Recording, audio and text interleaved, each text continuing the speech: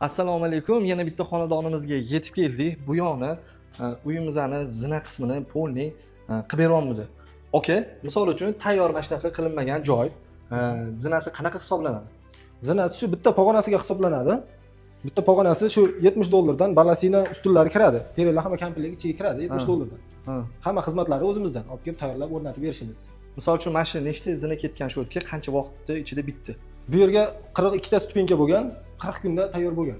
Noldan tayyorlab tugatib berishimiz. Xo'p, zakaz o'lchagan kunimizdan hisoblanishni boshlaydi. Ustanovkasiga qancha vaqt ketadi? Ustanovkaga o'rtacha 1 hafta ketadi. Agar 2 etajli uylar bo'lsa, buni podvali ham bor, sal ko'proq vaqt ketgan. Bir 4 kun nari berib ketadi. 2 hafta vaqt ustanovkaga, 2 hafta tayyorlab kelganimizdan keyin 4 kunda 2 qavatli uylar bo'ladi. Bular bo'lsa 1 hafta ketib qoladi podvali bilan bo'lsa. Keyin hozir bu $70 varianti do'z. Bu endi deshofkaroq narsami shunda? Eng arzon variantida hozirgi kunda. Qancha laminatdan bo'ladi. Qancha xizmat qiladi?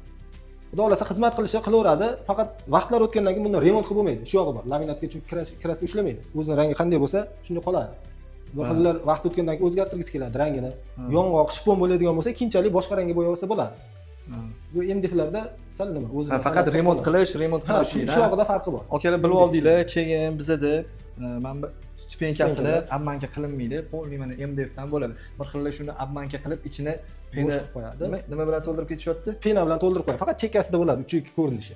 Mana shu narsalarga e'tibor beringlar. Keyin yana bizada bitta bonusli joyi bor. Misol uchun stupenkasini $70 variantini va $100 variantini qiladigan bo'lsanglar, mana огражденияларimizni 1 metrini o'sha dogovorimizga qarab, yo $70 yo $100 dan chiqazib beramiz, to'g'rimi? Mana ishni endi bitta ko'rib baho berib qo'yasizlar. Juda ham chiroyli chiqqan.